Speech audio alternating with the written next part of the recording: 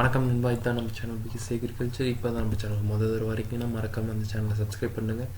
சரி, வாங்க வீடியோக்குள்ளே இருப்போம். இந்த வீடியோவில் நம்ம பார்க்க போகிறது fundamentals of agriculture agricultural heritage. அதில் நம்ம பார்க்க போகிறது யூனிட் 5. அதில் நான் இப்போ கவர் பண்ண போகிற டாபிக் எதுன்னு சொல்லிட்டு பார்த்தீங்கன்னா irrigation, time and methods, modern techniques of irrigation, drainage and its importance. So இதில் ஒவ்வொன்றா பார்க்கும்போது ஃபஸ்ட்டு இரிகேஷன் என்ன பார்த்துருவோம். இரிகேஷனாக வேறு எதுவும் இல்லை, ஆர்டிஃபிஷியலாக ஒரு வாட்டர் அப்ளை பண்ணுறது தான் இரிகேஷன்றது. ஒரு செடிக்கு தேவையான கிராப்ஸை ஆர்டிஃபிஷியலாக இயற்கையாக இல்லாமல் ஆர்டிஃபிஷியலாக நம்ம தரது பேர் தான் இரிகேஷன். ஸோ இதுக்கு டைம்னு சொல்லிட்டு பார்த்தீங்கன்னா அது வந்து ஒரு 3 ரீசன்னால் இரிகேஷன் எப்போல்லாம் தேவைப்படும்னு சொல்லிட்டு நம்ம டிசைட் பண்ணணும்.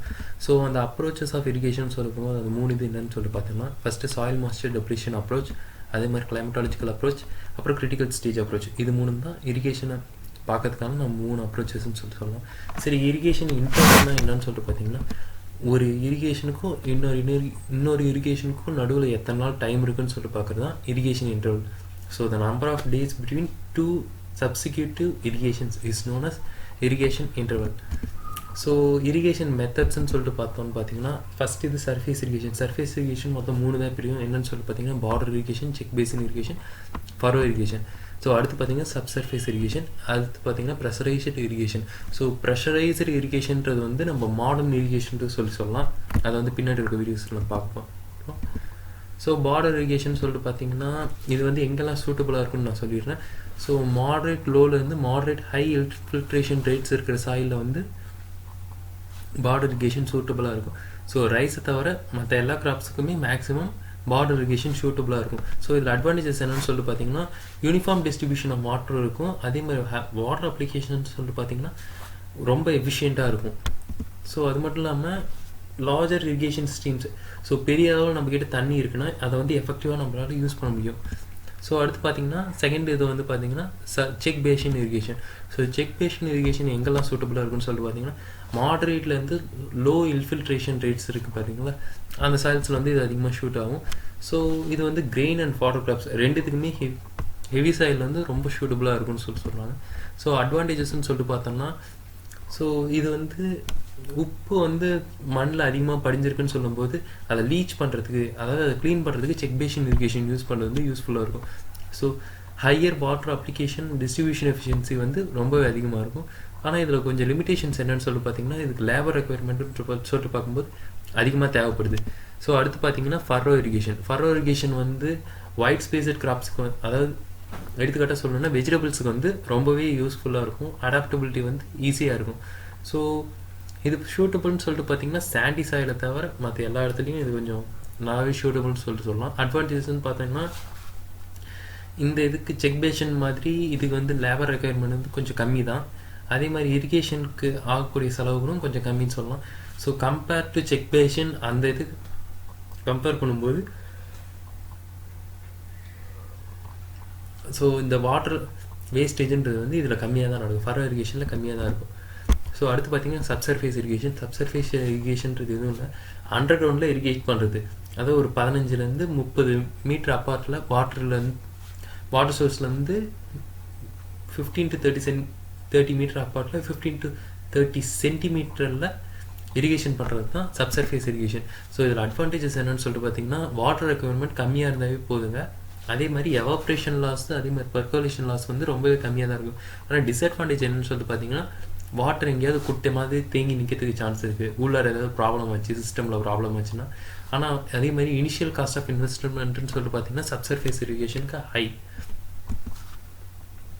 So modern techniques of irrigation சொல்லிட்டு பார்க்கும்போது ஒரு 2 இது சொல்லுவாங்க, ட்ரிப் இரிகேஷன் சிஸ்டம், அதே மாதிரி ஸ்ப்ரிங்க்லர் இரிகேஷன் சிஸ்டம். ஸோ நான் ஏற்கனவே சொல்லிட்டாங்க மாடர்ன் டெக்னிக்ஸ் ஆஃப் இரிகேஷன் அதே மாதிரி ப்ரெஷரைஸ்டு சிஸ்டம் ஆஃப் இரிகேஷன் ரெண்டுமே ஒன்று தான். ஸோ இது ரெண்டுத்தையும் குழப்பிக்காதீங்க, எப்படி கேட்டாலும் ஆன்சர் பண்ணுறதுக்கு கொஞ்சம் நம்ம தயாராக இருந்துக்கலாம். ஸோ அட்வான்டேஜஸ்ன்னு சொல்லிட்டு பார்க்கும்போது இந்த சர்ஃபேஸ் இரிகேஷனை விட 35% 40% வரைக்கும் வாட்டர் வந்து நம்மளால் சேவ் பண்ண முடியும். அதே மாதிரி ஃபெர்டிலைசர்ஸை வந்து தண்ணியிலே கலந்து யூஸ் பண்ணும்போது ஈவனாக டிஸ்ட்ரிபியூட் பண்ணுறதுக்கு நிறையா ப்ளஸ் அட்வான்டேஜஸாக இதில் இருக்குங்க. அதே மாதிரி வேஸ்டேஜ்னு சொல்லிட்டு பார்த்தீங்கன்னா இதில் வந்து கம்மி தான். ஸோ இது ஸ்லோப்பி லேண்ட்ஸில் வந்து ரொம்பவே சூட்டபுளாக இருக்கும். ஏன்னா அந்த இடத்துல நம்ம சர்ஃபேஸ் இரிகேஷன் பண்ணுறது கஷ்டம்னும் போது இந்த மாதிரி இரிகேஷன் பண்ணுறது, ப்ரெஷரைஸ்டு இரிகேஷன் நம்ம பண்ணும்போது அது கொஞ்சம் சூட்டபுளாக இருக்குங்க. அதே மாதிரி modern techniques of irrigation use பண்ணுறதுனால எரோஷன் லாஸை வந்து நம்ம குறைக்க முடியும். ஸோ இதில் டிஸ்அட்வான்டேஜ்னு பார்த்தீங்கன்னா ஃபஸ்ட்டு வந்து காஸ்ட்டு தாங்க. இனிஷியலாக இன்வெஸ்ட் பண்ணுறது வந்து கொஞ்சம் அதிகமாக இருக்கும். அதே மாதிரி இதோட எஃபிஷியன்சி, ஸ்ப்ரிங்க்லர் இரிகேஷன் யூஸ் பண்ணும்போது காற்றடிச்சதுன்னா ஒரு பக்கமாக தண்ணி அதிகமாக பாயிடுது, அந்த மாதிரி ப்ராப்ளம்ஸ் எல்லாம் கொஞ்சம் இருக்குது. காற்று வந்து நம்மளுக்கு சாதகமாக இருந்ததுன்னா இது வந்து ஒரு எஃபெக்டிவான இரிகேஷன் சிஸ்டம்ட்டே சொல்லாங்க.